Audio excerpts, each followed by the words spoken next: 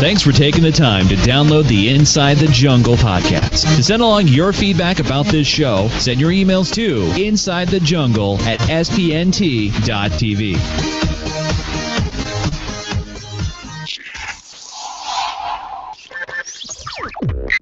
Hey, what's happening, Bengals fans? It's Inside the Jungle, live at CincyJungle.com tonight to continue our position group series, breaking down the linebackers.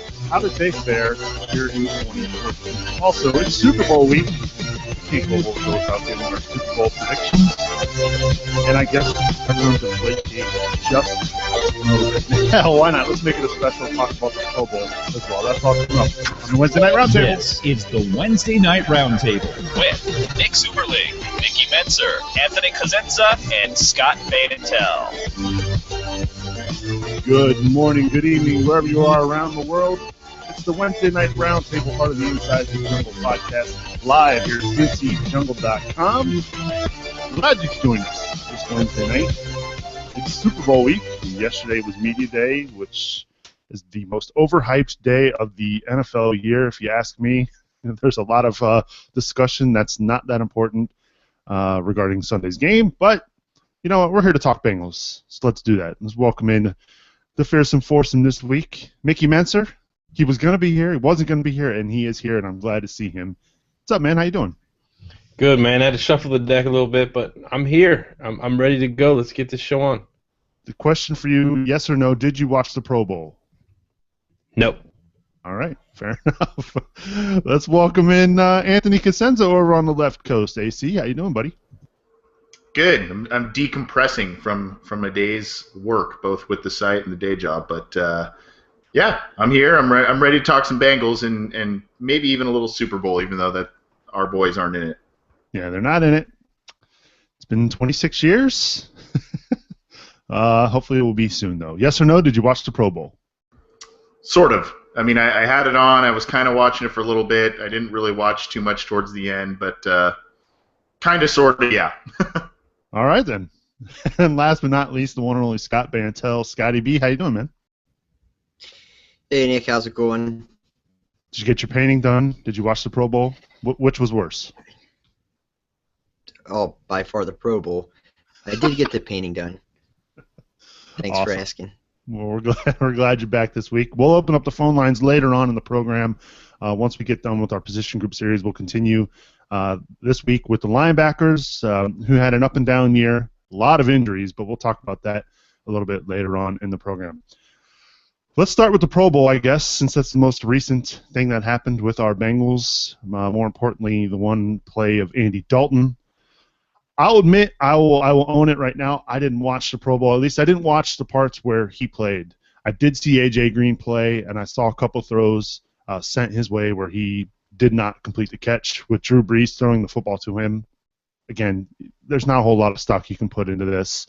I guess the funny part to me, and I'll start with you, Scott, since you watched it, apparently he was getting booed even in Arizona, Andy Dalton. Yeah, I did watch. I watched the Dalton part. I watched it simply because I was interested to see how he would do, just so I could either, see what people were complaining about or see what excuses people would make. So I did watch the majority of his performance. Like you said, it wasn't good, but it's a Pro Bowl. I don't give any stock to the Pro Bowl, good or bad. I mean, they really don't know the playbook. It's really like backyard football. Yeah. You don't know who's trying, who's not trying. It just, regardless of how you feel about Dalton, the Pro Bowl performance shouldn't sway you one way or the other. It's the Pro Bowl.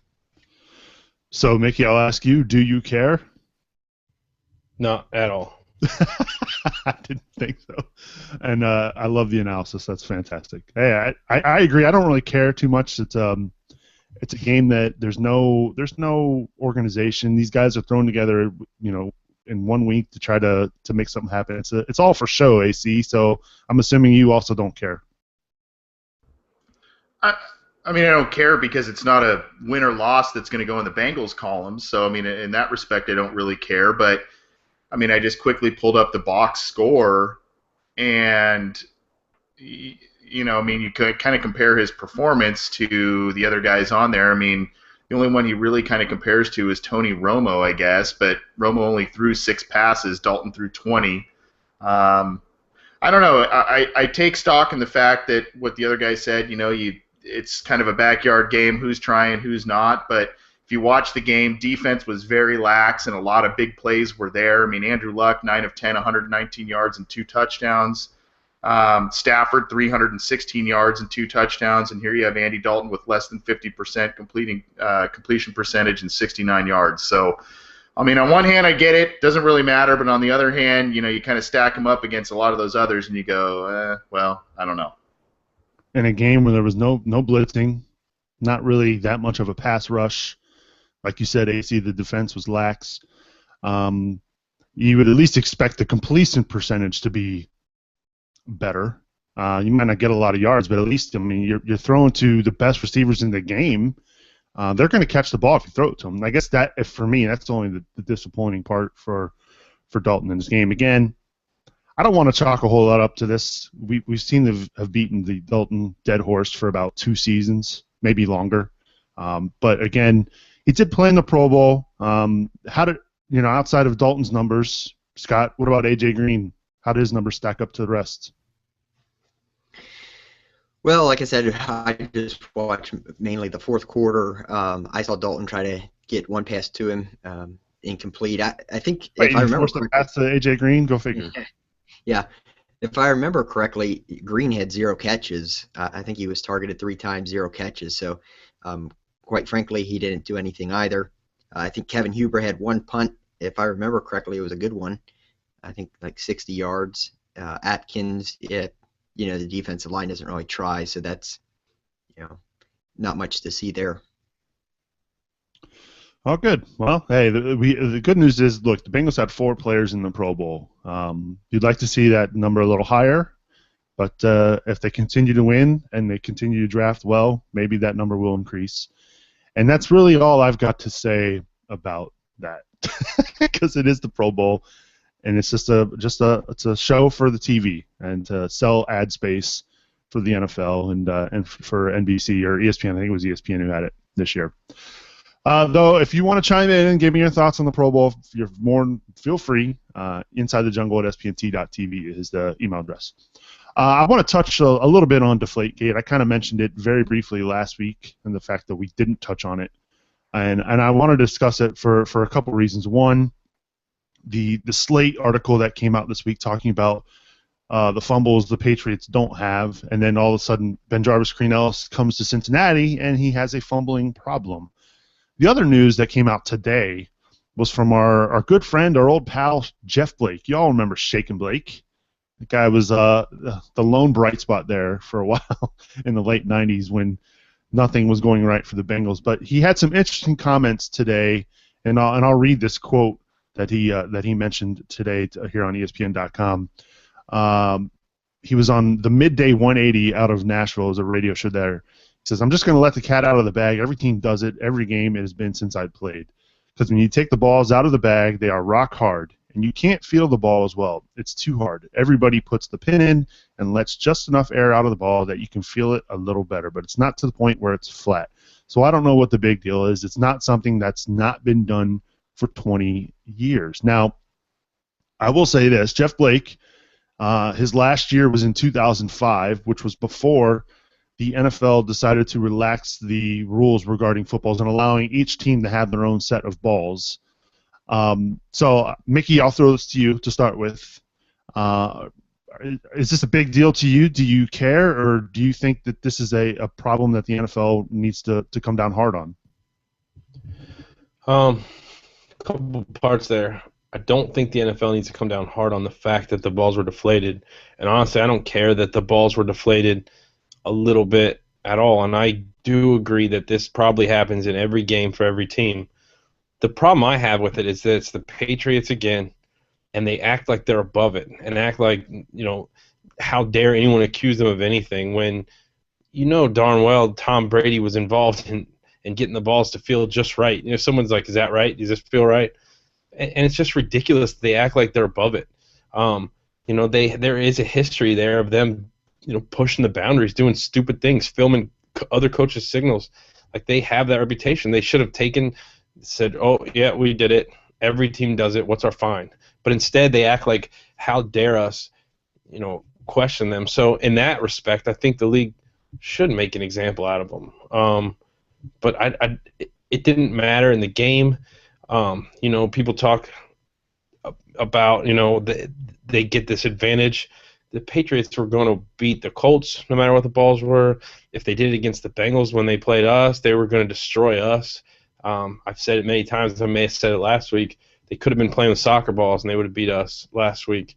Last season. So I don't think it affected the game as much as people think it is. It's just their arrogant attitude when they are caught is what rubs me the wrong way.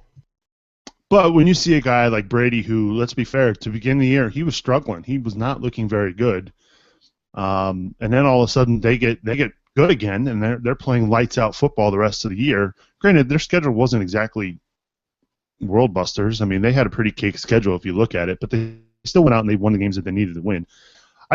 For me, I'm curious, and I just start to wonder, like, well, how legitimate are these wins that the Patriots have? I mean, they're playing with a competitive disadvantage. I'm not saying that the Bengals don't deflate balls. Maybe they do. I don't know. But if you're telling me that you have a competitive advantage and the ability to be more accurate with your throws, AC, that seems to me that's quite unfair when you have a guy like Andy Dalton who, he could probably use that competitive disadvantage as well to, for him and his abilities. Yeah, it comes down to, I mean, overall scope of things. It seems like a somewhat minor infraction, and especially with so many current and former players kind of coming out and saying, oh, teams do that. Brad Johnson said something about that a week or two ago. Now you got Jeff Blake saying something, and it seems to be pretty prevalent around the league. My problem is that it's like Mickey said, it's a rule, and it's a defined rule in the league. And if you are breaking a rule, you are breaking a rule. I mean, there should not be a gray area there. And not only are the Patriots breaking a rule, but the Patriots have habitually been breaking rules over the years, some of which are more egregious than this one. And on top of that, they might be lying. I mean, if it's come to find out that they are doing this, and the owner came out and said we're doing things the right way. Bill Belichick came out and said, I know nothing about this. Maybe talk to Tom Brady, but otherwise we're not doing this. And Tom Brady kind of said, no way are we doing this. So there are three big figureheads of the franchise all came out and said, no way are we doing this. And if it comes out, and as I expect it to, and it will come out probably after the Super Bowl because they're going to want, they're not going to want to take anything away from that game, but they're probably going to find out something. And my big problem is not only breaking a rule, but lying about it. And you kind of see these teams that end up doing well, and they're maybe they've got some shady characters, or they're breaking these rules, and you get a little irritated because sometimes the nice guys finish last, and the guys who do things ethically, maybe don't go as far. And this is kind of an example of that. So. Still has to play out. You got to get some more information, but those are kind of my feelings on it. Jeff Blake's comments, though, Scott, seems to indicate that as a Bengal, he did that, and the Bengals were breaking the rules as well when it comes to deflating footballs. Do you have any concern that now maybe a team like the Bengals are lumped into this discussion? No. I mean, like Mickey said, I don't really have a problem with the act in and of itself. It's just a matter of the Patriots having a track record of doing it, and like Anthony said, their arrogance in their responses to it. The way I look at it is Bountygate. Let's not sit here and pretend like the Saints aren't the only ones who were doing that or have done that. They got caught. When you break a rule, whether everyone's doing it or not, if you're the one that gets caught, you pay the penalty. They make an example of you. I look at it like speeding on the highway. I go 85. That's above the speed limit. If I get caught, I'm getting a ticket. It doesn't matter if everyone else is doing it. It's still above the speed limit, and if I get caught, it's a ticket. So, it's against the rules. They got caught. and they should pay the penalty for it. And given their history and track record, I do think the NFL should come down hard on them. 85, Scott. You're a speed racer. Yep. Okay. Well, look, again, I don't think that the outcome of the game really has anything to do with the footballs being doctored up by the Patriots. Look, they were going to win against the Colts no matter what. Again, like my panel here has stated, it's the continued cheating by the Patriots that I think has everybody up in arms. That I'm curious to see what the NFL will do after the Super Bowl here in 2015 to come down on the Patriots. Because again, once is okay, you got me once. 2 times is another thing. Now this is the 3rd time that they've been caught, and clearly they haven't learned their lesson. So but then again, it's the NFL. It's Roger Goodell. I don't exactly seeing him coming down hard on New England. That's just my take. Again, I just wanted to touch a little bit on Deflategate for the mere fact that Jeff Blake came out with his comments today. Of course, we love Jeff Blake, Shake and Blake here on the program. In fact, I did not know this, but his last team was the Chicago Bears back in 2005. Forgot he even played for the Bears. That's how long ago that was. 10 years ago. Oh, my gosh. We are getting old here on the program. All right, enough about Deflategate. Tired of talking about the Patriots. Let's talk about the Bengals linebacker group as we continue our position series here on Inside the Jungle. Last week we gave letter grades to the secondary. This week we'll start with the linebackers. So Mickey, I'll start with you again. Give me your take on the 2014 linebackers. I know Vontaze Burfict is near and dear to your heart. But we certainly missed him this year. There, the leading tackler from 2013. We definitely missed him here this year in 2014. So who's the vet in the linebacking core, Nick? I would say Ray Maluga. Sure. So he's got 6 years under his belt. But then who's behind him? From a experience standpoint? Yeah, let's go years of experience. It's got to be. I'll say Vinny Ray. You're right, with 4. And then you got Burfict. So, I mean, this is a young group. And you played without Burfict for much of the season, and this is a liability. I mean, if you look at the current Bengals roster, I mean, you got standouts like, Chris Carter, L.J. Fort, Sean Porter, these guys that, aren't Flowers, who he's a rookie, but there's no depth here. And a few weeks ago, when we were internally talking draft, Josh and I were kind of going over the positions and how Bengals are still in that that unique position where they can go best player available because there's no real need. But as we dug deeper, I really thought linebacker should be one of our early picks because it's a weakness. Or with our new free agency T-shirts that we're wearing, like we're going to solve everything, in free agency this year. Maybe we make a splash there, but this, when our starters are healthy, it's a pretty good group. Ray Maluga has really stepped up his game, at least the way he's played compared to the way he's played in the past. Everyone knows what you get with Burfict.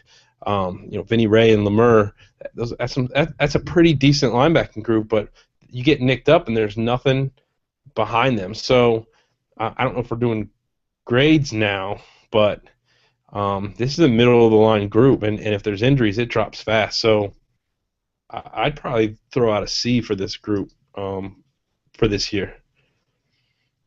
Would you say, Mickey, that this is the weakest position group that they currently have? Probably. I think, Maluga was hurt for part of the year. Burfict was hurt for part of the year. We definitely saw improvements when Maluga came back, but they were never dominant. So I would say, yeah, probably. I think a lot of people might argue, too, the defensive line wasn't great this year as well. It's probably a tie between the two. Right, that's why I paused. Yeah. I mean, look, the other thing, too, you mentioned Emmanuel Lemur. We still have no idea what this guy can bring to the table. He's young from a playing experience standpoint as well. He missed all of last year. We finally got to see him play this year for most of the year. He's another one of those guys that seems to be injured quite often. So AC, give me your take on the 2014 linebackers. Are we doing grades right now, Nick, on the group? We'll hold off on grades. Just give me your thoughts. Okay.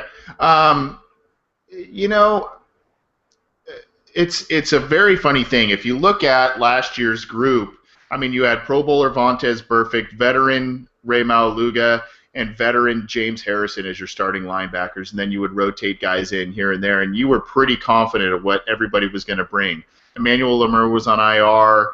I think Taylor Mays, even though he's not an absolute true linebacker, was on IR, but they had guys they would bring in and mix in. So it just wasn't the case this year. Vinny Ray, I kind of call him Charlie Hustle. He's a great guy to have on your team, but I don't think he's an NFL starting linebacker, even with all the tackles he's amassed.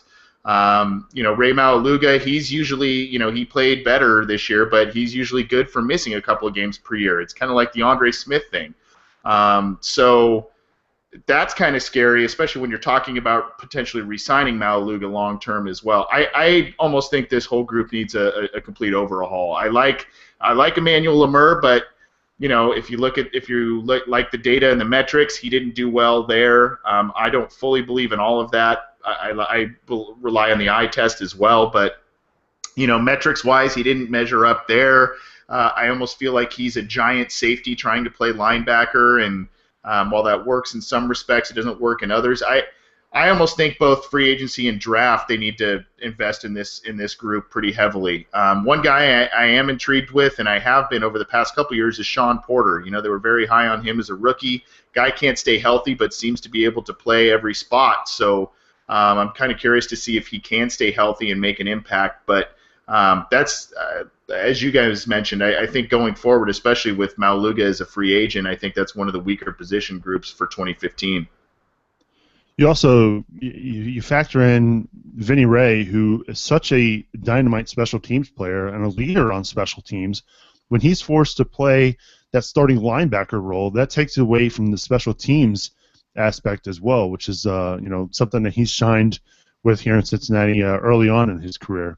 Again, he was the best tackler on the team a year ago, Scott. But your thoughts on the 2014 linebackers? I think it was a hard group to gauge as a result of the injuries. I think Vinny Ray had a bit of an up and down season. You saw that he's a borderline starter.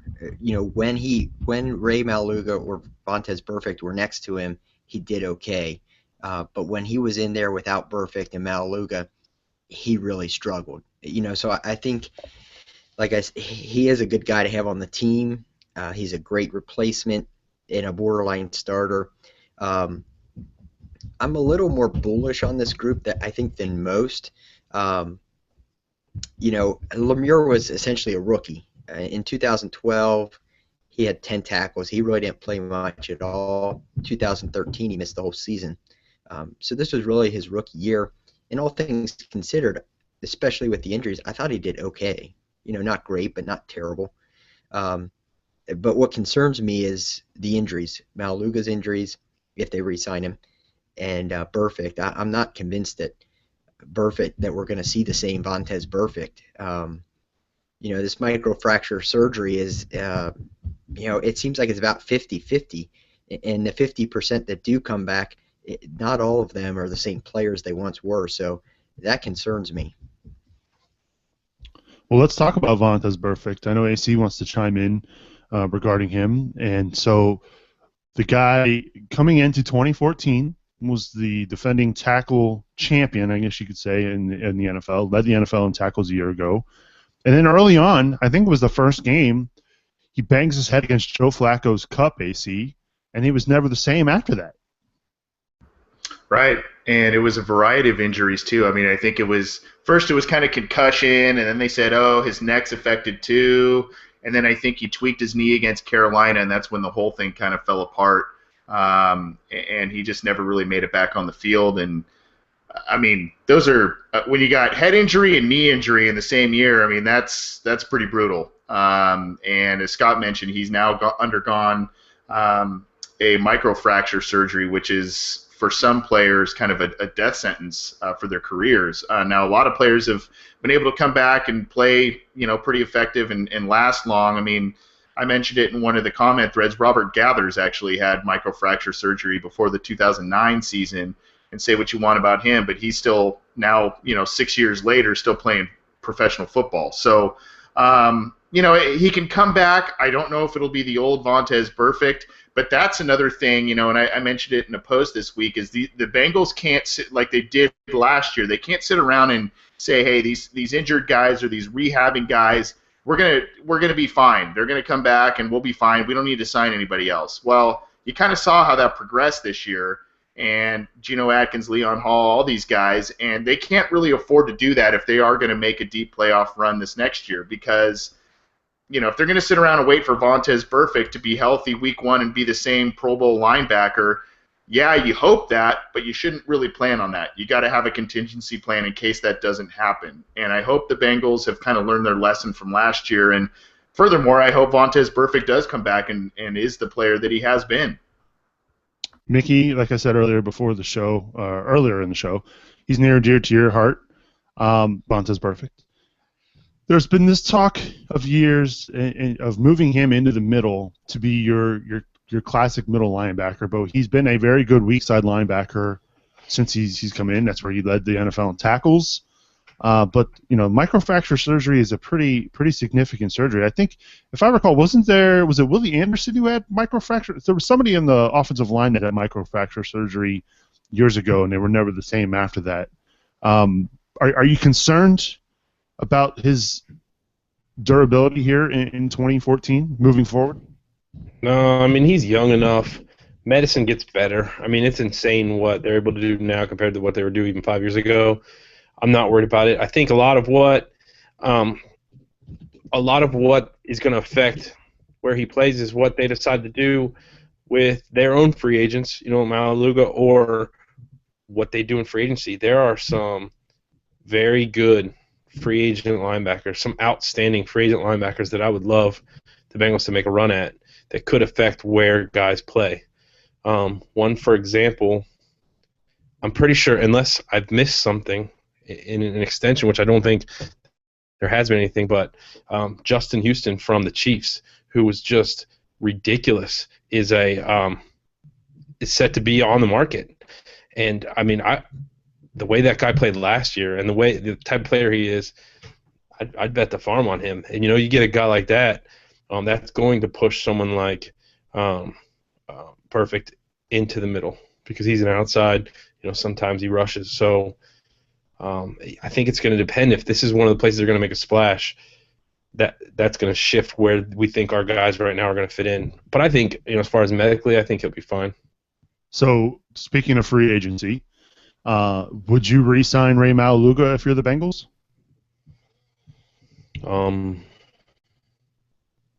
That's a tough one. I mean, he caught fire, and I would say in the last 6 games he played the best football of his career. But I don't know. I mean, if you can upgrade, then no. But I'm not sure. I mean, that's a tough one for me. Clearly, you can't spend a whole lot on him because of his age, because of his injury history. So, Scott, I'll pose the question to you. If you're the Bengals, do you re-sign a guy like Rey Maualuga? Ooh, that's tough because, as you know, I haven't been a Maualuga fan, but he was good this year. I think, like Mickey said, it's going to depend on what they can find out there. I'm not that huge on – I took a look at the linebackers out there in the middle. I don't really see anything free agency-wise that gives them much of an upgrade. There's a couple guys coming out in the draft that I would like, maybe second, third round. So I would take the wait-and-see approach with Maualuga. I don't think I would sign him before the draft. I'd kind of see how that falls and pick him up sometime after the draft. What if he signs elsewhere though? Is that more of a that's the way the cookie crumbles, I guess? Yeah, I can't imagine there's going to be a huge market for Rey Maualuga. I doubt there would be, and I would kind of approach it like you said. if he signs somewhere else, if he gets a good deal, good for him. But I think I would try to address it in the draft, and if you can't, he's a good backup plan. You can count on the Browns to throw money at him, just like they do with all our free agents. Andrew Hawkins. AC, how about you? Do you re-sign Rey Maualuga? Well, Nick, I'm going to kind of pull a Mickey and ask a question back to you when you ask me a question. But okay. what was Mike Zimmer's forte with his defense, especially in the front seven? It was rotation. I'll answer for you. You took a little too long. Sorry. Wow. Much time there. I know. I'm sorry. I didn't want dead air. I'm sorry. I like it. But it's rotation, especially on the front four, and a lot of times with the linebackers, he'd like to rotate those guys in and out. Now, Rey Maualuga was one of those guys. He's kind of perceived as a two-down guy, but I think with the desperation that the Bengals need. Or they have at that position group, and the need they have for able bodies, I think you re-sign him, and you even maybe look at drafting a middle linebacker or a middle linebacker and an outside linebacker in the draft. I mean, you got to add a lot of talent there, and I would like to see this team kind of breed some competition. I think I've said that before, but I don't see harm in bringing him back if it's a team-friendly deal, and if you find someone else in the draft or someone else even in free agency or whatever that could maybe mix and match in there, why not? But if he's asking for too much and you kind of want to make some other moves, then maybe you kind of say thanks but no thanks. Yeah, I think that for a guy like him, he's on the latter half of his NFL career. Linebackers, it's rare when you can find a 12-year vet in the NFL when it comes to linebacker. So for me, if I'm Rey Maualuga and I'm his agent, I'm going to get the best deal I possibly can for my age, because you don't know how many more years left you have here in the NFL.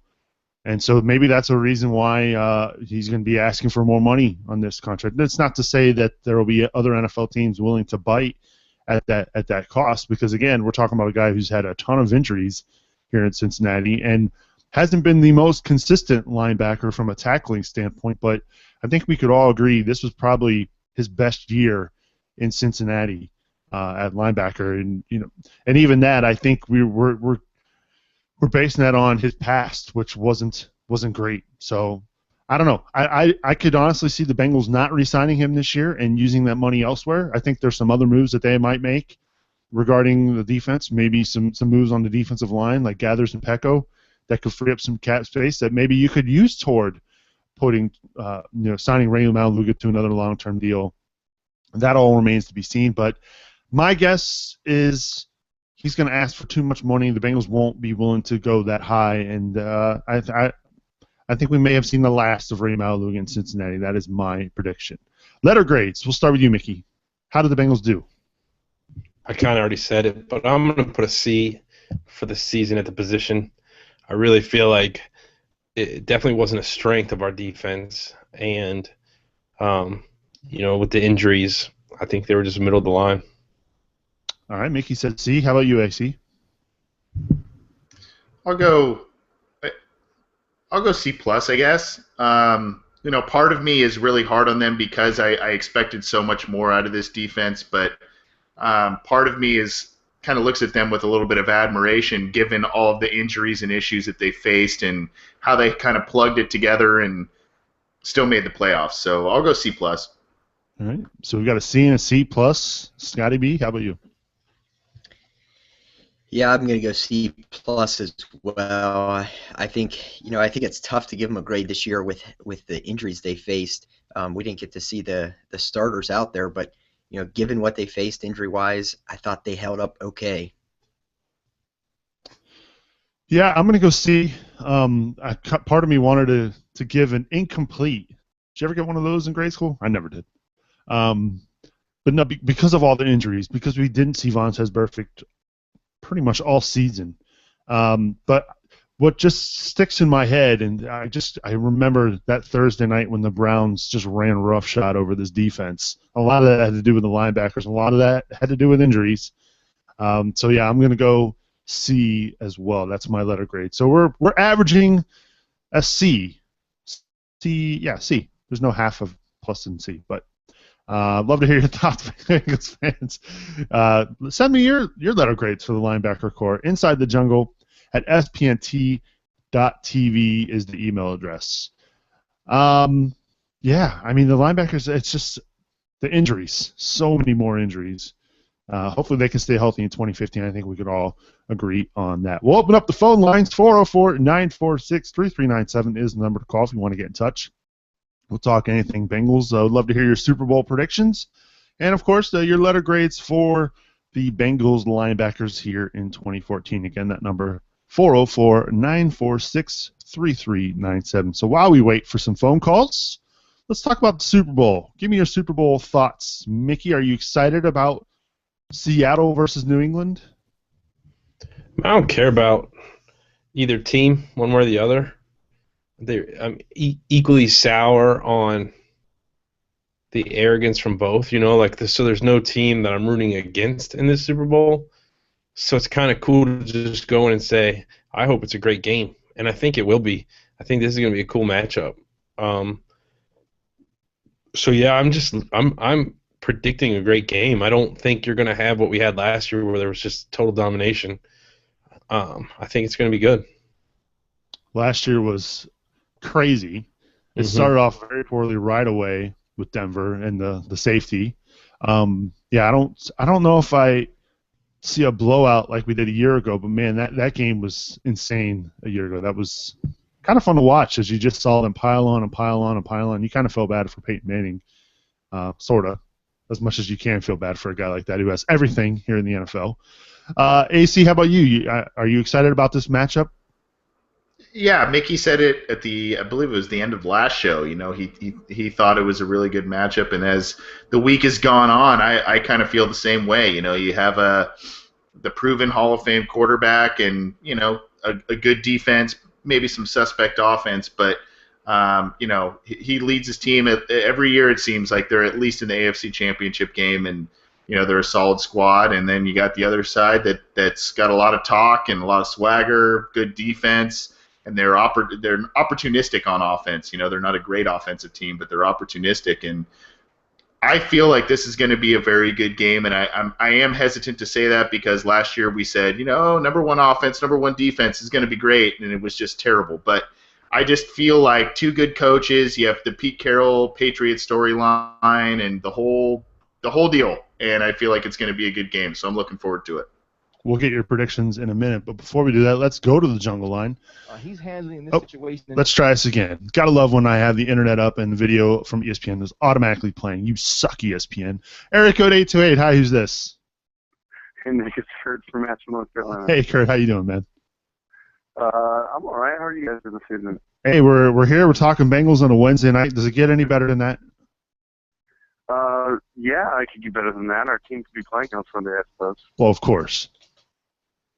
So, hey, I was striking up a conversation, I guess, with Mickey in the chat room that, I might be jumping ahead of the schedule about what you guys want to talk about in the off season, but I was just mentioning the defense as a whole and the fact that we got a new offensive coordinator, got a new defensive coordinator. It looks like our offense, took a step forward, but our defense took a big step back, and obviously we dealt with injuries and Michael Johnson left on the line, and there was a couple things moving, but the difference between Mike Zimmer and Paul Guenther, and what was the reason for the decline? And a lot of people talked about like numbers didn't show how good our defense really was, but even that, I mean, the pass rush disappeared, our corners had to pick up more, and of course, we had injuries at the linebacking position almost all year. So how much of that is on Guenther, and how much of it isn't? Oh, that is a great question, Kurt, because you're right. This defense under Zimmer, they were third in the NFL, and they took a major, major drop-off here in 2015 or 2014, I should say. Yeah, it's hard to look. Paul Guenther, it's his first year calling plays in the NFL as a defensive coordinator, so there's going to be some growing pains there. I don't know, Mickey, your thoughts? You kind of look like you're not sure. Why they took a step back? I mean, there's some injuries. There's age of the secondary. Well, I mean, the fact is Guenther the guy moving forward. I don't know, and I don't know how anyone could judge after a year. Yeah, I don't know. I mean, you got to give a guy time. We're not Cleveland. You got to give a guy time to Love burn. build his team. I like it, Mickey. I like that burn. That was solid. Yeah, I mean the guy just dealt with injuries galore here in 2014, Kurt. But I guess for me the disappointment, and we'll talk about the defensive line next week. For me, that was the biggest disappointment here in 2014 under Gunther. It just seemed like there was no urgency, there was no energy from that group, and I know they were missing a lot of guys. They lost Michael Johnson in free agency, but the rotation, like Anthony said a minute ago, wasn't there at defensive line. So I don't know. I give the guy another draft. Maybe they sign some guys in free agency, and we'll see what this guy can bring. Yeah, I guess we'll find out next year. I guess if I had to pick somebody, I'm going to go with the Seahawks on Sunday. I don't care for the Patriots or Belichick or Tom Brady or not much of what's going on over there. So I guess even though I don't want to repeat, I'll go for the Seahawks repeating. All right. Kurt's saying Seahawks 2014 champs. I appreciate the call, Kurt. I won't be there, so I can't confirm anything. Okay. Well, thanks for the call, and we'll talk to you next week, buddy. All right. Absolutely. Hooray. That's Kurt here on the chat line. Let's go to area code 281. Hi, who's this? Hey, this is Andy Rickenbaugh from Houston. Hey, Andy, how you doing? Hey, pretty good. How's life in Houston? Nice and warm? Yeah, not too bad. It's great this time of year. Rub it in, man. Rub it in. Yeah, so I actually had a real interesting offensive line question and thought, but I can save that for if it's offensive line week. Well, you can bring it. What's your question?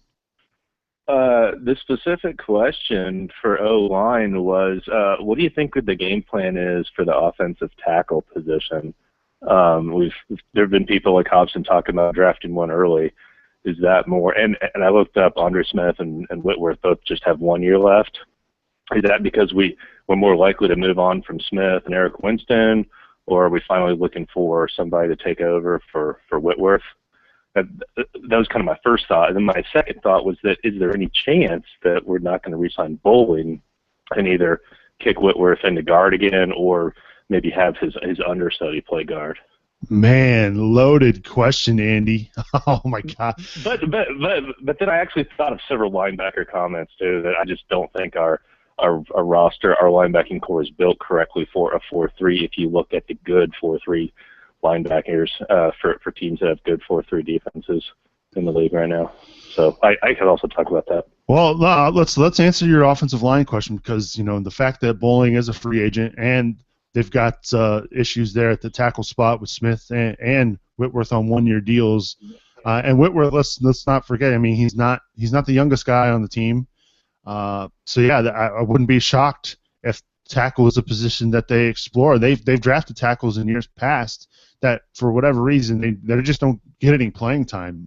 Tanner Hawkinson, I believe, is a tackle, and we haven't seen a whole lot of him. Eric Winston is a free agent. I don't know if he'll be back here in 2015, but I think maybe the Bengals liked what they saw with him there at the end of the year. AC, your thoughts on the line and Andy's question, because it's a good one. It's a fantastic question, and it's good to hear from him. I don't know if he's called in before, but if he is a first-time caller, welcome. But there is a guy. I'm a long-time listener. I'm actually in the Patreon Fantasy League. I won the regular season and got destroyed in the playoffs. But anyway. Well, yeah, no, it's good having you. Like I said, great question. The tackles, I was actually thinking about this today. You got Andre Smith, a guy who, when he does play well, and when he is quote-unquote healthy, he still misses some games every year.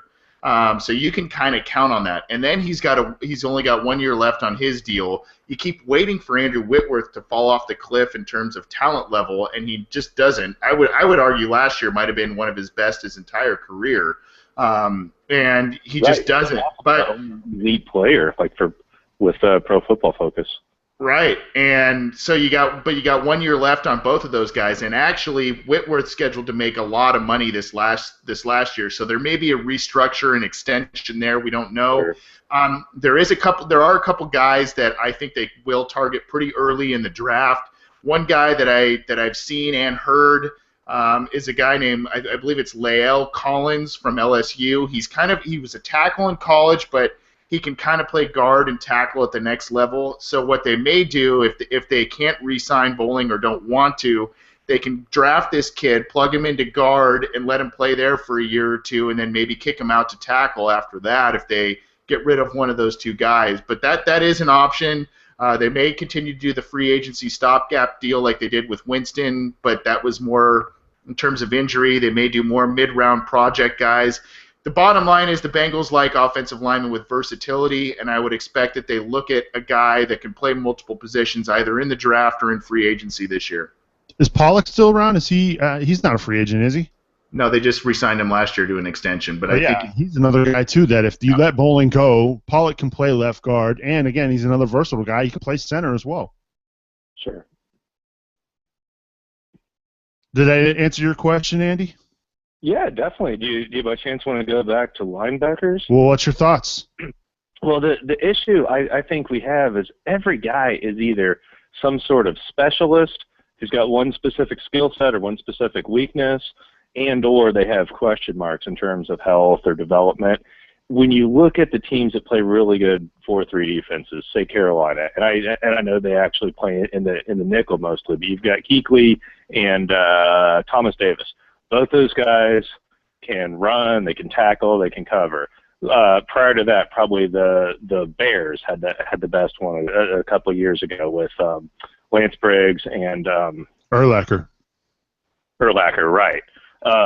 Look at how the Seahawks, now granted they have a more of a hybrid, but their guy who would be equivalent to kind of our Sam is Bruce Irvin, and he's kind of a hybrid pass rushing guy, kind of like Marvin had with the Ravens back in the day with Peter Boulware. But none of our guys really fit that role as someone like the Panthers who can play every down, cover the whole field, and just clean up everything.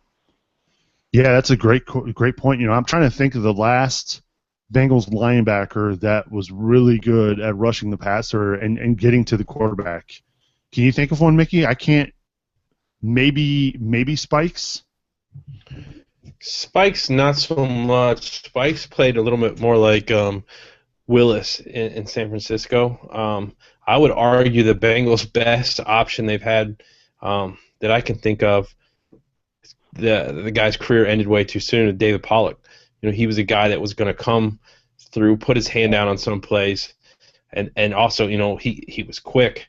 I think, though, if you think about last season, the way that Zimmer's defense played, not last season, but 2 seasons ago, you had a guy like Burfict that could cover end to end. He was always around the ball.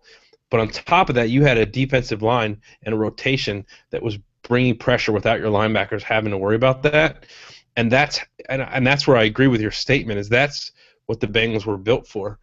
One part of that didn't work this season, where our defensive line wasn't getting pressure with just the front four, so the linebackers weren't as efficient in being able to cover more ground and play the field. So I totally agree with you, and I think that if the Bengals make some sort of move in free agency, like, I'll say it again, Justin Houston, who, by the way, had 22 sacks last season, they would get a guy like that, and it would free up, even if you kept Maluga with that, and then, Burfict, that's a pretty strong group right there.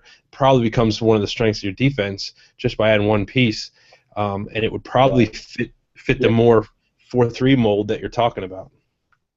Right. Houston is such a beast. I would still argue that you need someone else who can run and cover, even if Houston is blitzing or even playing defensive end, in nickel and dime packages.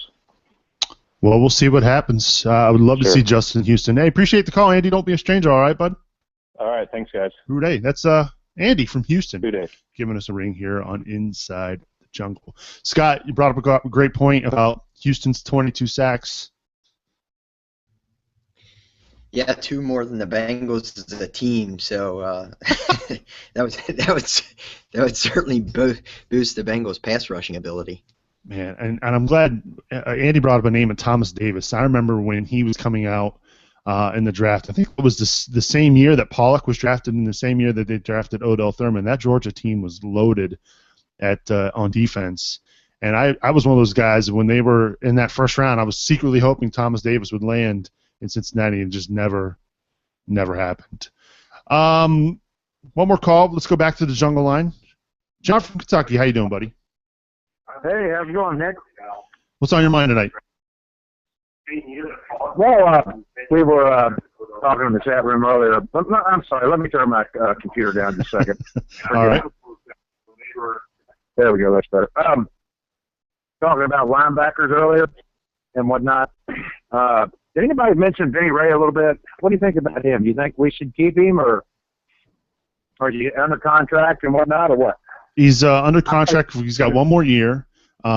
He's a guy that he was the leading tackler here in 2014, but he's also a big special teams guy as well. They need him on the special team side of things. So I think the Bengals are, they're happy with what they have in him. He's not somebody who's going to be a Pro Bowl caliber linebacker, but at the same time, he does what he's asked, and he's a pretty solid tackler at that. Right. I don't know. We didn't talk too much about the defensive line, but I was chatting earlier about Domata Peko. Let me get something straight and forget my ignorance. This guy that plays for the Lions, the Ndamukong Suh, he is a tackle, isn't he, or am I wrong? He is, yeah. Okay, so if he was available in free agency, for crying out loud, I'd rather have him than Domata Peko.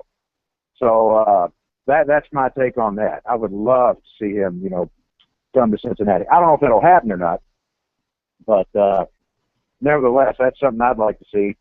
And, of course, linebackers, that's definitely something to be addressed and whatnot. But either way, hey, the Bengals are still a bargain. I mean, the tickets are still very reasonably priced, and I think it'll remain that way for a while. Awesome. Yeah, we're going to actually talk about the defensive line next week when we do our grades. But, yeah, I would like to obviously Suh is a major upgrade to Peko. There's no question about that. The question, John, really is going to be whether or not Mike Brown will get out his pocketbook and whether or not guys like Suh want to come to Cincinnati and play.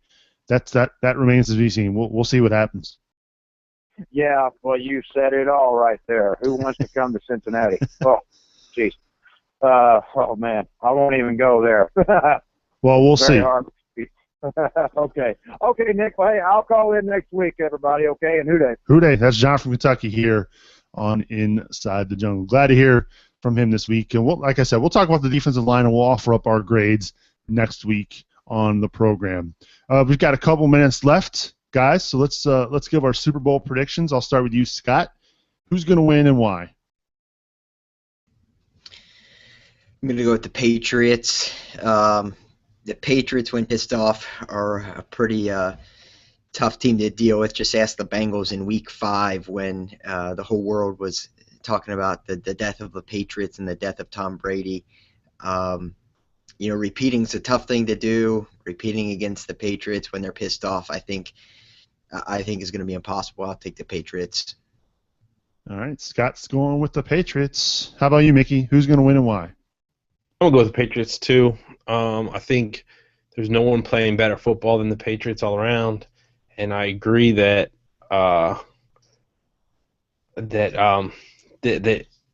when their backs against the wall, when it's us against the world, however they need to sell that to themselves, they play well. Their closest game was the Ravens, who always gives them fits. So that was a big win for them in the playoffs. Getting over that Ravens hump. So I think they're going to just dominate. So do you think this is going to be a blowout for the Patriots? I don't know if it's going to be a blowout, but I don't know that it's going to be a game. All right. So we've got 2 for the Patriots. AC, how about you? Well, I respect their opinion, but I don't necessarily agree with it. There's a lot of things I just like about Seattle, and if there's one thing that always seems to get in Tom Brady's craw, it's constant pressure, it's physical play up front, and that's what the Seahawks excel at. And on top of that, there are limited weapons on the outside for Tom Brady, and even though the Seahawks front is outstanding, I mean, the back 7 is also outstanding. So I just see Tom Brady having a difficult day. I wouldn't be surprised if the Patriots won, but I think the Seahawks take this one. And something, I was on my way back home, and something I heard today was Pete Carroll talked about Competition Wednesday, and they literally have a practice going up to the Super Bowl on Wednesday where they tally mark. They go through drills and whatnot. They tally mark who wins, who loses, and that's what they did today. And that's something that kind of struck me about how serious they take these things, even though he's kind of a loose players coach kind of guy. So I see the Seahawks pulling out a squeaker. Wow, so you're going Seahawks in a squeaker. I'm also going to go for the Seahawks as well. I predicted that they would win last year on this program, proud to say. And I think they win again this year. From the mere fact that you mentioned, AC, the fact that they can get pressure on Tom Brady, and we have seen him struggle when he's got people at his feet and he's getting knocked around. I don't know if the Patriots have faced a defense this good all year, honestly. And, Pete Carroll, I think he also has a little bit of that revenge factor going for him as well, going up against a team that let him go way too early, in my opinion. He didn't have that bad of a year in New England when they let him go. And now, arguably, they've got a guy in Bill Belichick who has gone on and done some great things as coach. But I think you add the fact that he's got that revenge factor in there. And let's be honest, this team, I think, is a team of destiny. They had no business being in this game. But Green Bay and the way they came back against Green Bay tells me that I think this team's special.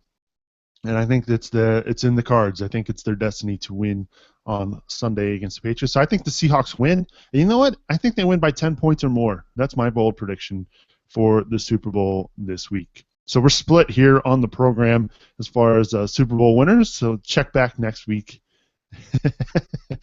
As AC is quoting Star Wars to me in our chat room. That's fantastic. Let's get out of here. Let's do some shout-outs, shall we? Shout-outs! Scotty B, give us a shout-out for this week. I'm going to give a shout-out to one of our own, Cody Toomey. Anthony, I know you spent some time with Cody the other week. If you guys are into the draft, Cody's a wealth of knowledge. Give him a follow on Twitter at CODIKI, Kodakai. I may be pronouncing that wrong, but give him a follow on Twitter. He's a wealth of knowledge for the draft. That's a good shout-out. I'm looking forward to getting him here on the program to talk about the draft. And I know we have him, Joe Goodberry as well on CincyJungle.com does a great job covering the draft as well. We've had him on in years past. So once we get closer to the draft, which, by the way, will be here before we know it, we'll be talking about all kinds of things regarding the draft in the future. Good shout-out, Scott Bantel. How about you, Mickey? Give us a shout-out for this week. Mine's a little off the wall. It's a new Twitter follower. It just caught me that it's good. It's actually a business in Mainville, Ohio, called the Whip-de-Doo. It's a little ice cream stand. So yeah, that's pretty awesome. I'm gonna go get an ice cream cone when that opens up. It makes me think about spring right around the corner, Nick. That's awesome. We got to get a sponsorship out of them. I know I should. Good shout out, the Whip-de-Doo in Mainville, Ohio. All right, maybe I'll have to stop there the next time I'm in the Queen City. Good shout out, Mickey. How about you, AC?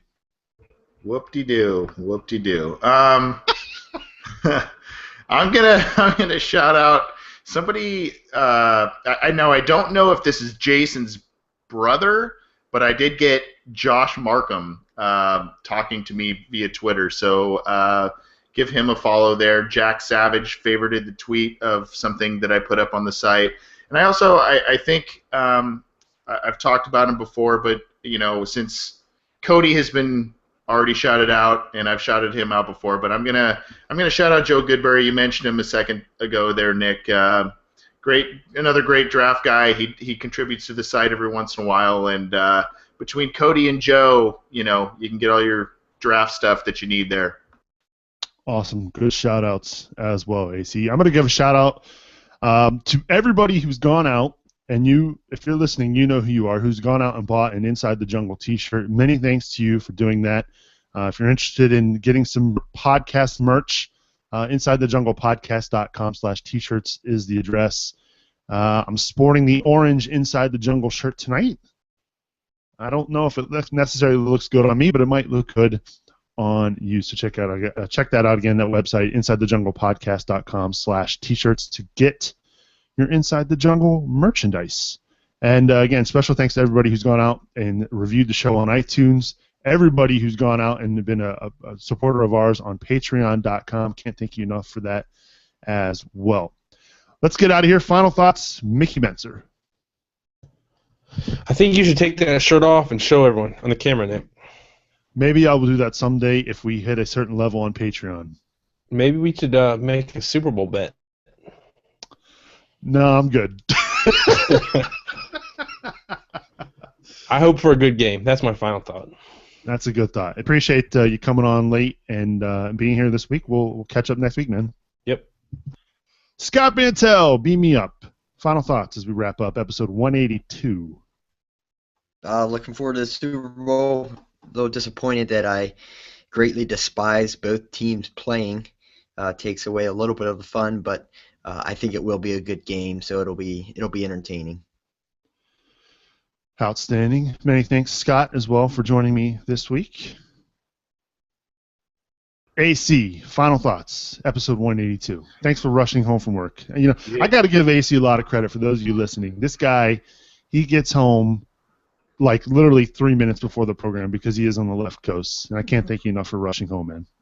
Oh, thanks. And for those who can't see the video, I was doing the Will Ferrell Wedding Crashers type of celebration, lean back in my chair. But at any rate, my final thought is John brought up a point about signing Ndamukong Suh. Great idea in theory, but you also have to look at scheme fit, and that's going to be key for the Bengals and really every team in the NFL as you go forward. Suh's kind of more of a little bit of the Atkins type of fit, and you got to sign good guys, but you have to make sure they fit the system you want to run. So that's kind of my final thought. Outstanding. Thanks again, as always, AC, for coming on and talking Bengals with us. If you missed a live show and you listen to us in podcast format, we always record this show Wednesday night, 8 o'clock Eastern, right here at CincyJungle.com. And we always have on-demand content via podcast format in iTunes, Stitcher Smart Radio. We're on the TuneIn Radio app, Pocket Cast, you name it, we are there.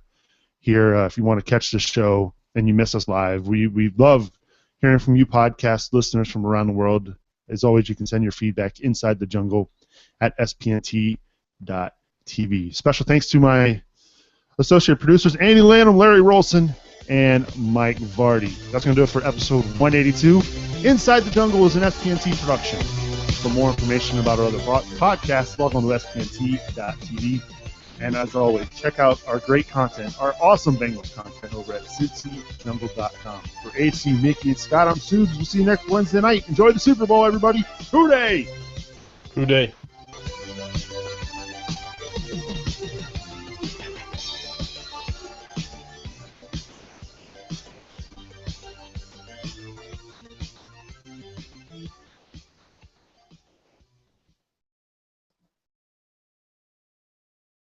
Good stuff. Mickey, you are on fire tonight. Good Lord. It's hard to keep it together over here.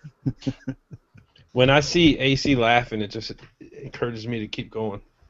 I mean, the comment to Nick. Yeah. Yeah. The comment to Nick and then the pink juicy shirt were just over the top. It's over the top. My favorite, though, is still when we were... Can I get a thong? That's so terrible. When Nick had the rubber ring, I didn't know Anthony was going to be able to do the rest of the show. Oh, my gosh. Oh, I remember that. That was really funny. Oh, man. I lost both of those already. I still have one. The ones they sent me?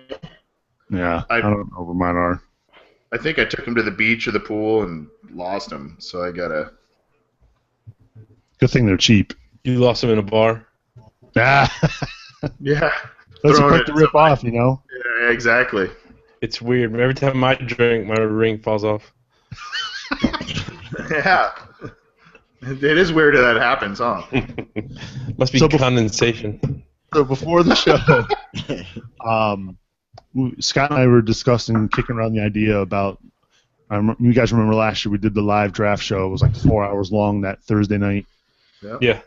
Scott had a brilliant idea about doing it on location in Cincinnati this year. I know AC that obviously would be tough for you to make happen, but Scott, you want to give your thoughts on that since it was your idea?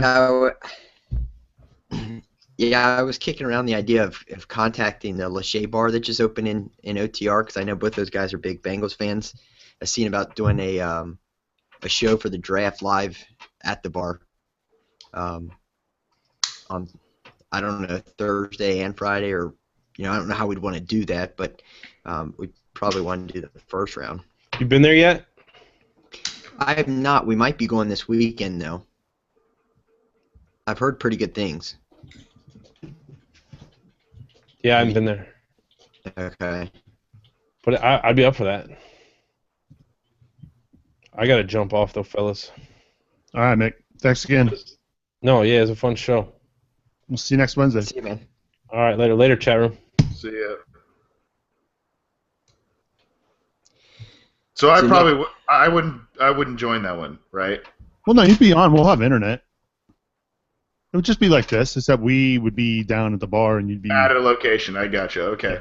That'd be rad. I mean, even if I can't join, it'd be rad.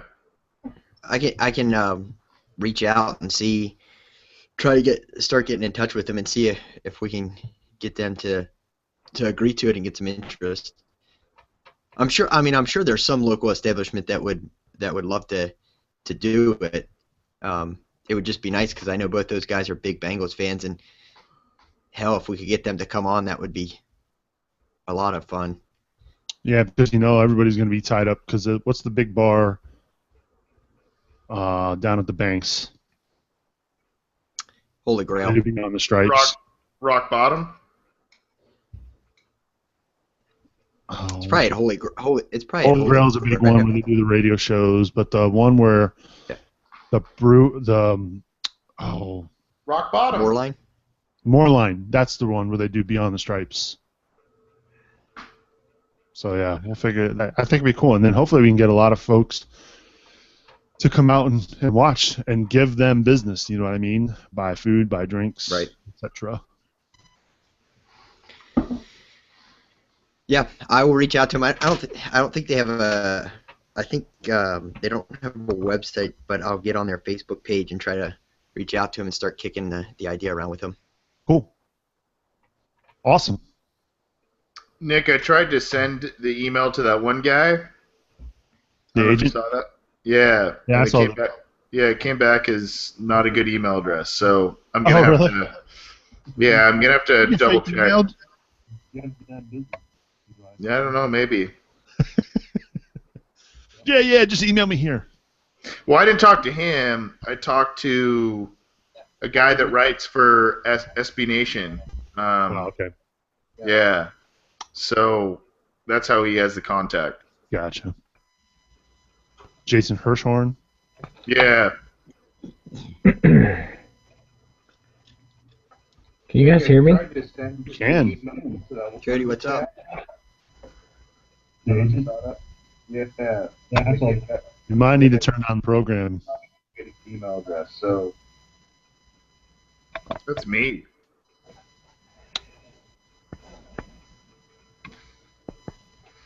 Hi, Cody. How are you?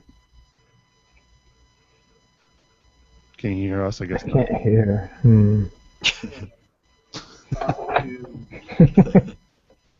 Cody! Hey, Anthony.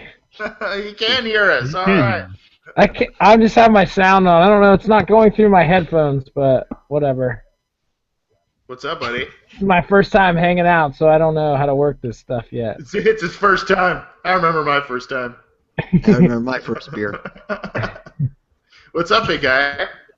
Not much. Just sitting here studying tape all afternoon. Telling you, this guy kills it. Living the dream. Cody, there's a couple of Miami guys I like. I like that Dorsett receiver. I really like Dorsett. I just don't think we're gonna have a chance to get him. He's gonna shoot up boards. You think so? He's going to run fast at the combine, right?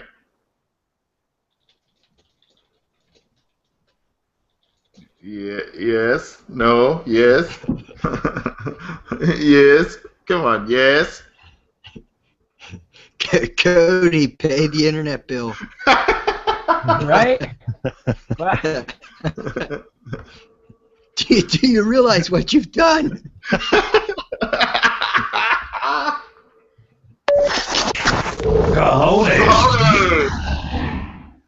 You guys are more than welcome to stay here and chat. I got to run to work. Oh, you guy. Sorry. All right, see you, Nick Hey. and Joe. Thanks, Bye. guys. Come You all back. rock.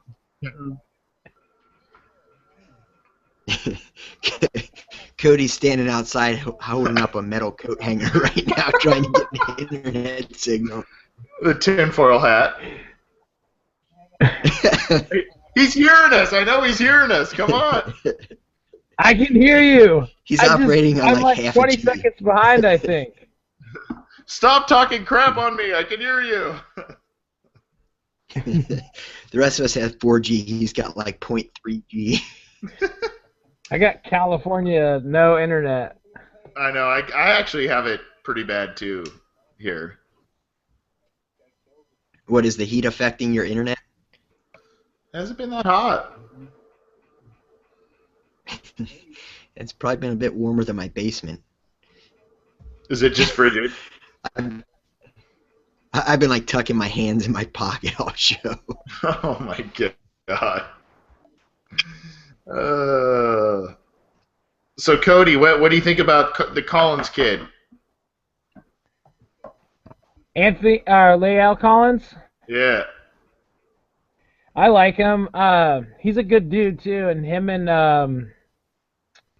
Jeremy Hill were buddies in school. And that night that I posted the link, and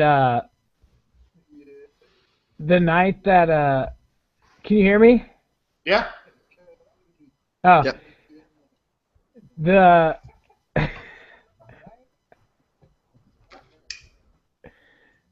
Do you guys want me to get? Am I messing up everybody else now? No. No?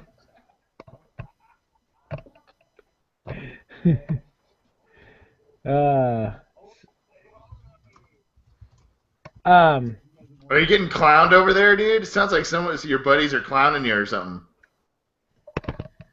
I think I'm hearing Scott clown me. It's like the replay of him clowning me earlier. It's like bouncing through my computer. Oh. But Leal, the night that Hill punched that dude at the bar, he like told him to go home. I sent the link out in the chat room. He was like, just go home. We had dinner. Like, don't get involved. And that's the night he like went out and got hammered and punched that dude in the face at a bar. So I think it would be a twofold. You can play guard and then move out. Just swap with Whitworth after this year. And then hopefully keep Hill out of trouble too, because they were buddies. Yeah. The Bengals starting to move to LSU like they did with Georgia there for a few years, where they just kept going to the Georgia tree, start going to the LSU tree. Yeah, and I think they have like a pretty good relationship with those coaches, so it helps them get honest information about the players. But I like Dorsett though too, Scott. I think he's just going to go in the second. Okay. What about that Denzel Perry guy, the linebacker from Miami? I hate him. Really? Yeah, I gave him a 4A grade, so top of the fourth. What do you not like about him? He's really indecisive, and that's like the big thing you can't coach up on him. You know, he'll be like, play it like he's going to play a run, and then he'll back out, and then he'll go back at run, and just back and forth. And then he measured at the Senior Bowl of 5'10", so he's 2 inches shorter than he was registered at Miami. Okay. So he's pretty small, so when blockers get a hold of him, he's pretty squared. He'll get swallowed. Yeah, he gets swallowed up. If you want to, you know what draft breakdown, don't you, Scott? Yeah, I mean, I've been there before. If you want to see a game of him that'll kind of show, they just put up the game of him versus Nebraska, and they've got bigger offensive linemen. They just eat him alive all game. Really? Yeah. So I just think he's too small because our front four is not huge. So and he's so small he can only play Mike. He's not gonna be able to play Ted in the middle. Like be the bigger guy. Our defensive line won't be that small when we sign Pot Roast. There's another guy, Jordan Phillips, the guy from OU. If he hangs around, I think they could pick him in the second too. He's like 6'4", 340. He's a big boy. So he could be another guy they want to look at. Where's he from? Oklahoma. Oh, okay. Definitely need some help at linebacker. Yeah, I like Steph.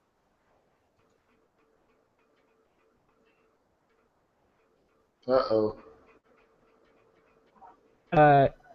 He's fast enough that he can learn coverage. He just opens his hips. And whenever he's in coverage, you can tell right away because he just drops his hips right away. Instead of backpedaling, he's no backpedal. It's Stephon Anthony. He's at Clemson. No, okay. Pretty good. He's I think he's like 6'2" and 3/4, 250. He's bigger. Pretty good instincts. Not afraid to use his body. Those are the linebackers. You think he's a second, third rounder? Yeah. I think the second would be high for him, probably for our pick. Like I'd say, probably late second, early thirds where he'll end up. Okay. But if they want him, they can always move back or, and then try to take him, or just take him if you like him. Just take him. You know. You got him and Paul Dawson are probably the two guys they would target in the second round. The guy from TCU. So are you thinking, if you're talking linebacker maybe second or third, are you thinking Bengals might go defensive end, defensive tackle first round? Or are you saying defensive end first, defensive tackle second, linebacker third? Is that kind of what you're thinking? Yeah, I think it all depends though. Like if T.J. Clemmings or Lael Collins fall to him in the first, they'll probably go for one of those two guys. They're both guys that can play guard and then move and play tackle. Right. Yeah. But if not, and a guy like Dante Fowler, I think you made a good point. Like with Pollock being the last guy that really is a true pass rusher, I think they might try to go back and get another guy like that, a smaller guy that's just fast. Tweener. Yeah, they need a tweener. They just don't have. I mean, look at Seattle's defense. They're like a high-paced offense, but on defense, all their guys are athletic and fast, and they dare you to dump the ball off, and then they just tackle you. Yeah, and then they rotate. You know, I mean, they just switch guys around, rotate. Yeah. The defense in front, they just rotate them in and out, keep them fresh, and just keep pressure on there with 4, and they dare you to dump it off. Right. But I think they need to get athletic. That's why I like Paul Dawson and Stephon Anthony because they're both pretty athletic guys. Another guy they might take later is, huh? Oh no, go ahead. The other guy they might take later is Ramik Wilson, the guy from Georgia, going back to Georgia. He's pretty solid. Like he's not super athletic. He's definitely like a Maluga clone, but he's a little faster than Maluga. But I mean. The guy just doesn't miss a tackle. He breaks down right before every time. I was kind of telling you, he breaks down and squares him up every time, never misses. You were telling me about that guy at the NFLPA Bowl. You like him? Yeah, and I think they can get him pretty late too because he didn't splash anything. His senior year he was a little down compared to his junior year, but it was because the team in front of him wasn't as good. But it's just he got good form, and that's the one thing you don't want to have to teach them good form. Yeah. I was going to ask Cody, is that Vic Beasley guy really only 220 pounds? He's like 240. I think he weighed in like 240. He put on like 20 pounds before the Senior Bowl. He's got a pretty big frame though, so he can put on weight. Okay. He can get up to like They only probably want him at like 260. He can put it on in like 2 years, probably no problem though. He's got a good build. The guy that everyone was all giddy about, but he went back to Georgia, was Leonard Floyd. He was like a twig. But he's like a pass rusher in college, but they'd had to move him to linebacker because he's too small.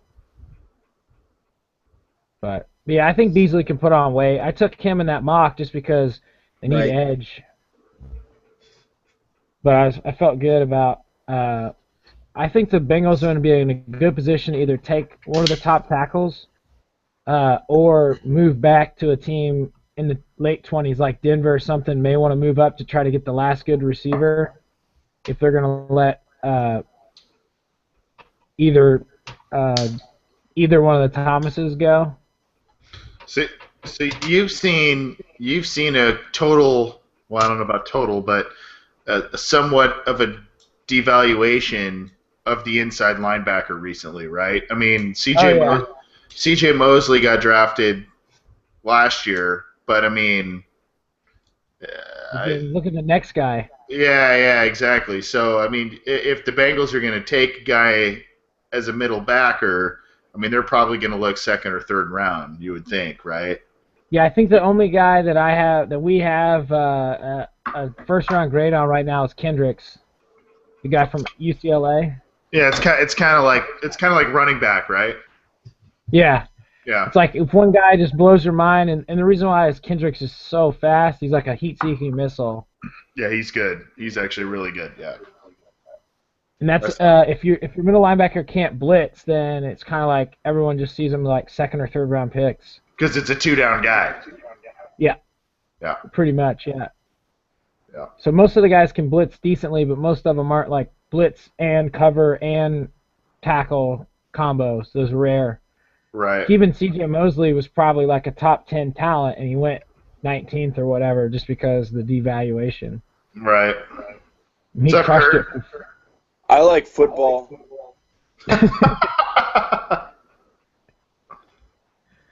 Yeah. That's it. Kurt's back and planes are crashing all over south of the Mason-Dixon.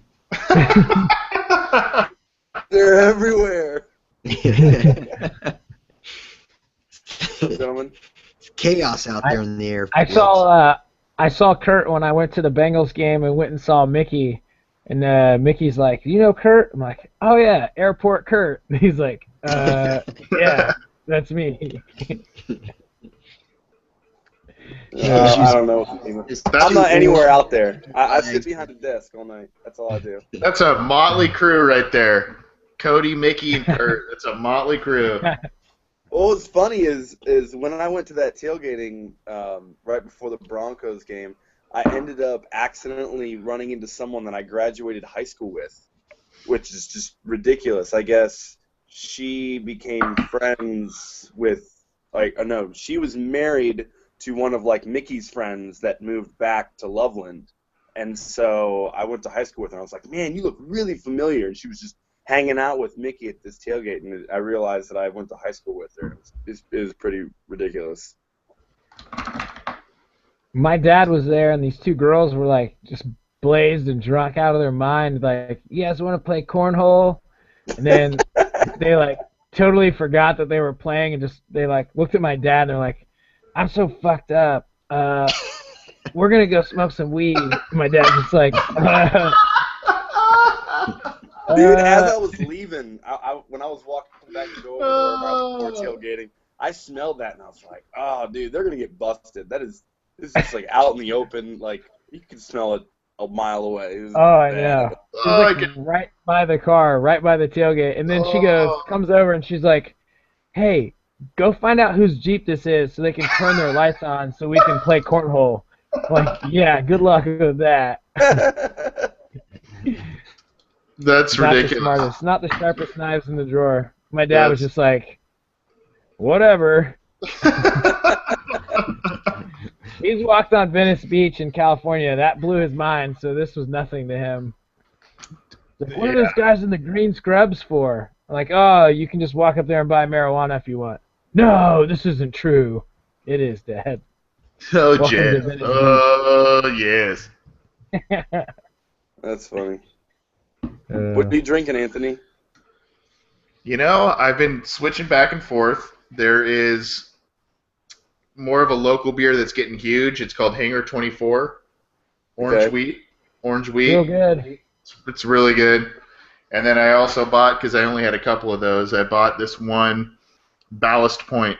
And it's kind of a variety pack. It's good stuff. They have like Sculpin IPA, and it's good. It's good stuff. Nice. I like microbrews. Yeah, it's pretty big here in Asheville. We were like Beer City, USA a couple years ago, and then Boulder, Colorado took it back from us. But it's all about like how many microbreweries you have like per capita. And it's pretty ridiculous. Sierra Nevada just built a brewery like literally like on the other side of the runway from the airport. No way, really? Yeah, and so this is only their second brewery. So they have one brewery, and this is their second. Well, the other one's back here. Yeah, and then New Belgium, they're constructing their new brewery that's supposed to open up in the summer, and it's like just outside of downtown, right on the river. And so it's supposed to like make even more microbreweries pop up because these two big breweries are starting up here. So that'll be a lot of fun. You have a go-to? I'm a big New Belgium guy, but as far as locals, there's just like Fat Tire. I love Fat Tire. I like their seasonals, but Fat Tire I'll always go back on. There's a lot of good microbreweries around here. There's Highlands, there's Green Man, there's a whole bunch of really good stuff down here. But as far as like stuff that you can buy anywhere, I'll always go and look at New Belgium stuff first. Scotty B, are you a beer guy? I never see you drink beer. Oh yeah, I'm a beer guy, but I'm not a big craft brew. You guys will laugh. I still drink Natty Light. I stick to the tried and true. Yeah, I don't even drink I'm not too proud. You can go out to my fridge right now and you'll find like, I probably got like a cube in there. Solid. I got some microbrews for, when I have guests, I'll have one or two, but I like to stick with the, it works, it works for me. My guilty pleasure is Coors Ridge. I love Coors Ridge. Oh, that's the banquet beer. That stuff. The banquet beer. I mean, even the guy that drinks Natty Light thinks that tastes like piss. Oh, come on! This stuff's terrible. I love it's the best. It's the best. Oh, come on. When I graduated college, I swore to never drink Natty Light again, so I at least just drink like Miller Lite. Well, why would you swear off such a thing? Because I probably drank like 30 cubes in a month for 4 years straight. I'd ask Cody, but we had a couple over before the NFLPA Bowl, so I gotta eat. You were drinking Blue Moon, right? Yeah. Yeah, it's solid. It's a good go-to. It's solid. That's similar. You've had this one, right? The orange wheat, you said? Yeah, I like the Hangar 24. Yeah, it's kind of similar to that. Yeah, they're pretty similar. I prefer the Hangar if they have it. And then have you ever had a Allagash White? Oh, it's so good. And the White Rascal? So good. You ever had the White Rascal? The White Rascal. Yeah, I like the White Rascal. I've had that one, yeah. Yeah, that's good. Yeah, I don't even drink as much beer as I used to. I've actually switched over to bourbon lately. I've been drinking a lot more bourbon. My wife got me you can buy these ice cube molds. I don't know if you've seen them. Yeah, before, I got some too. Yeah, my wife got me the Millennium Falcon for Christmas. So every time I want to have a nice bourbon, like I pull this like little silicone tray out of the refrigerator, and like they take the two halves and I put them together, and I had this like tiny little Millennium Falcon ice cube that I put in my bowler, and I like pour bourbon over it. I'm just like, I am drinking bourbon off the Millennium Falcon. It's so nerdy and so awesome all at the same time. That's incredible. That's incredible on so many levels. she was gonna buy me the Death Star one, like so it's like a giant ball. But she said that they were so back ordered that was too nerdy. That was too nerdy. No. It was on back order. It was going to take 2 to 3 months in order to get it to me, and it wouldn't come in by Christmas. Oh man, that's so funny. Children, be careful when flying into Asheville.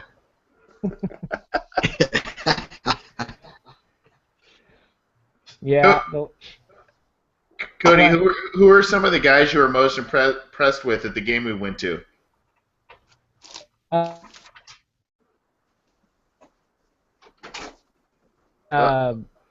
Watson got Austin before that, so he was a good one just to see because you never get to see tape of a guy like that.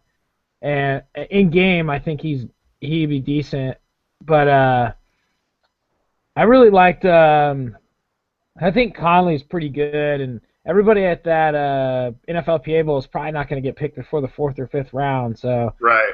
I think Conley's a good guy that can take the roof. We saw him; he can take the roof off the top. He's got good hands, and I don't know why he's not getting higher recruit. Maybe just because their quarterback wasn't good, but he's getting zero love, man. No love, and he's dominating. Like the thing was, unless you saw him at practice, he wasn't getting the ball in the game because their quarterback sucked. Right.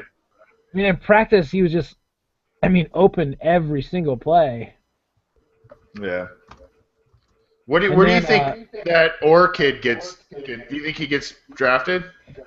I think he's one of them that'll get drafted. Yeah, he'll probably be like a 6th rounder. It'll all depend on his interviews, Like if he acts like, obviously from your interview, he doesn't sound like the sharpest knife in the drawer. So I don't know.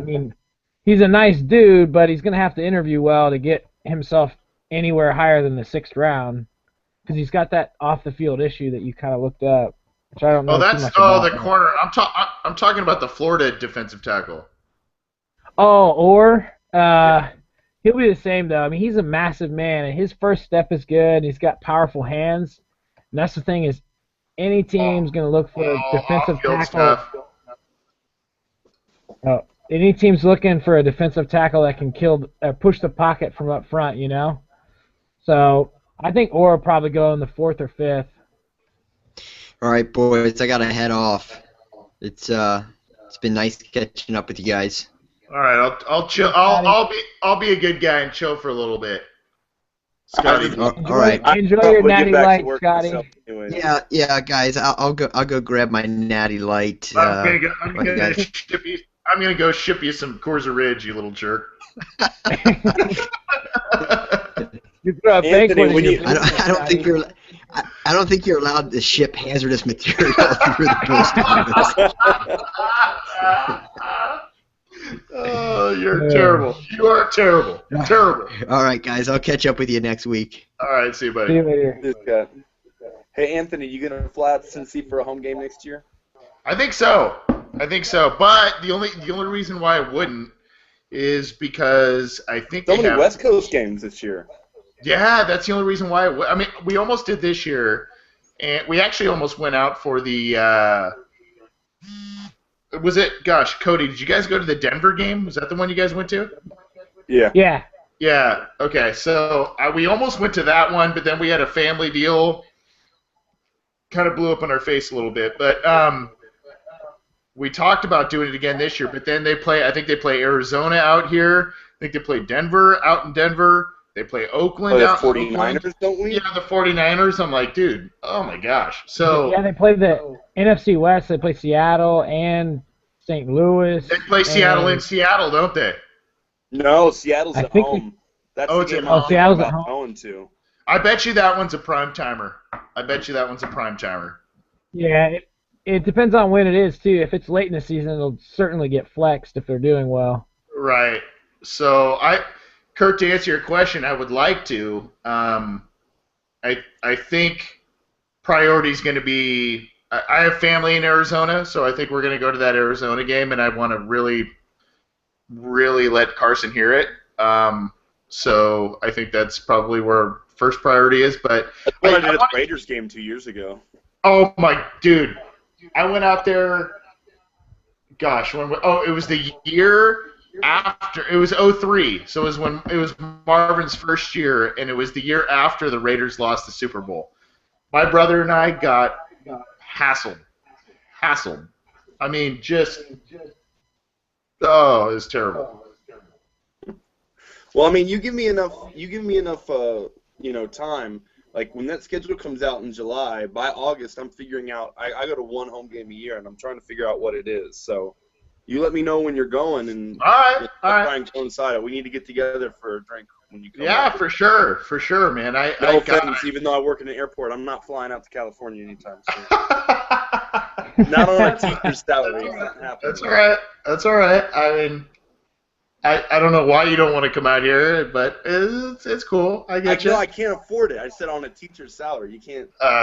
You can't buy tickets to California, and then also teach third grade.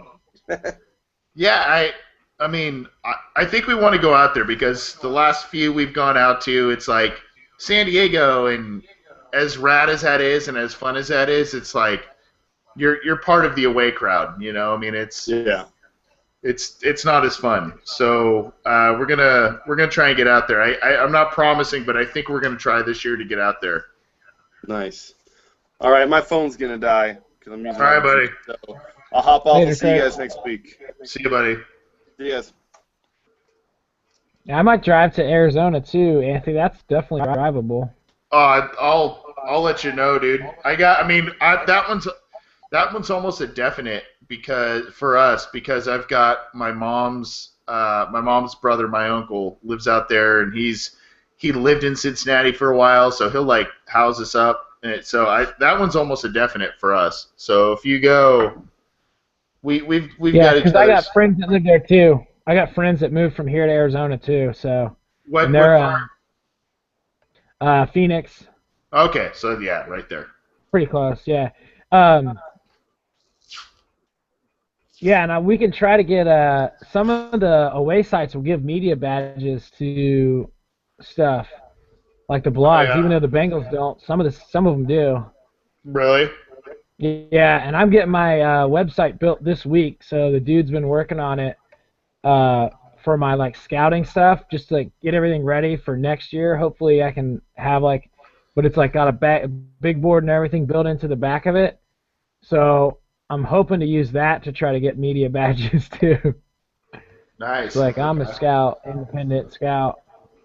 Yeah, they also. If I can get credentials, I'll just try to put, be like, oh, he scouts for me too, like whatever, right?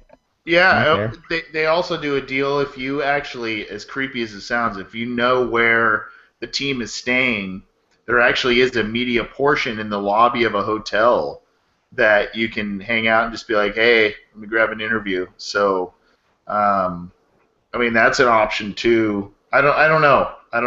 We'll have to figure that out. I get the media guides because I have that NFL media login. And it tells wherever they stay, whenever they go. Are you serious? Yeah, it gives the hotels.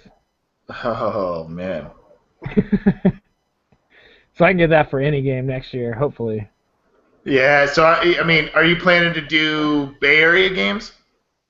I don't know, at least Arizona, and then probably convinced to do the San Fran game, because I can just make it an excuse to have a weekend vacation in San Fran and then just convince my girlfriend to go to the game afterwards. Do you go to Cincy for a game a year, or is that just this year was kind of an anomaly, or what? Well, I usually go home to visit the family, so I try to plan it so I escape on a weekend that they play. Maybe closer to the holidays or something? Yeah, usually either Thanksgiving or the Christmas one. I'll try to play it so I'm over a weekend where they're at home playing. Yeah, so let's hash it. Once the schedule comes out, let's hash it out, dude. We'll try. I'm gonna try and go back for one. I've always gone. The ones I've gone back to are like September, so it's always like still warm and nice. And part of me wants to go back when it's just terrible out. Just like just experience it. Yeah, just to be like, dude, this is this sucks, but this is awesome. This is like football I'm miserable. Weather.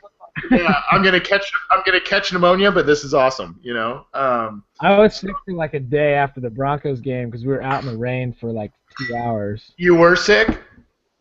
Yeah, I got like I kind of just like sinuses and just stuffy for like a day and just felt miserable. Man. Oh. But the first time my girlfriend went back with me, it was Browns Bengals, and I was like, we're totally going. She's like, I am not going. It's 22 degrees. I'm like, we're going to Dick's first, and we're going. So we got like. Is that the place where they treat you like garbage? Like, No, Dick's Sporting Goods, and we're like, I was like, time to suit up. So we spent like $100 at Dick's to get her like a jacket and beanie. She was like, "This is terrible," but then like afterwards, she's like, "That was fun." We were lucky because we bought the seats. We were 2 seats under the overhang, so we were perfect because it was like freezing rain. So the people that were like 2 in front of us were getting like ice cold water just dripping down on their heads. I would not have lasted the entire game with that. Yeah. We had the overhang, so we weren't getting rained on at least. You got to be stoked, dude, about the weather difference. You just got to be stoked. Oh, yeah. When I first moved out here, I just wore shorts and T-shirt every day, even in the winter. Yeah. I'm just like, it's like 55. This is good stuff. And everyone's like, you're crazy. I'm like, nah, this is warm. This is warm. But I don't know. My headphones aren't working, so I have to figure that out before I come on next time, so I don't have to turn my speakers on. Yeah, you're probably. Hello. Yeah. Okay. I don't know why my internet's acting up. But I guess I can hear it for the speakers, but. Ours does it every once in a while too, though. Yeah, I wonder. Yep. Because I have it hardwired up, but you know. But yeah, right, buddy. I'll try to get fixed, and then I'll try to jump on there again if Nick sends me the link next time, so that I can give you guys the draft update every couple weeks. Well, that'd be awesome because. The other guys, they just call in. They don't do the actual Google Hangout. So if you're able to do that, I think he'd prefer that. So, I don't want to speak for him, but yeah, I got this. I got all this stuff, like the headphones and stuff. So as long as I get it to work, it's no problem for me to jump on whatever. Okay, cool. All right, buddy. We'll take it easy, and we'll chat soon. All right, buddy. See ya. All right, later. Bye.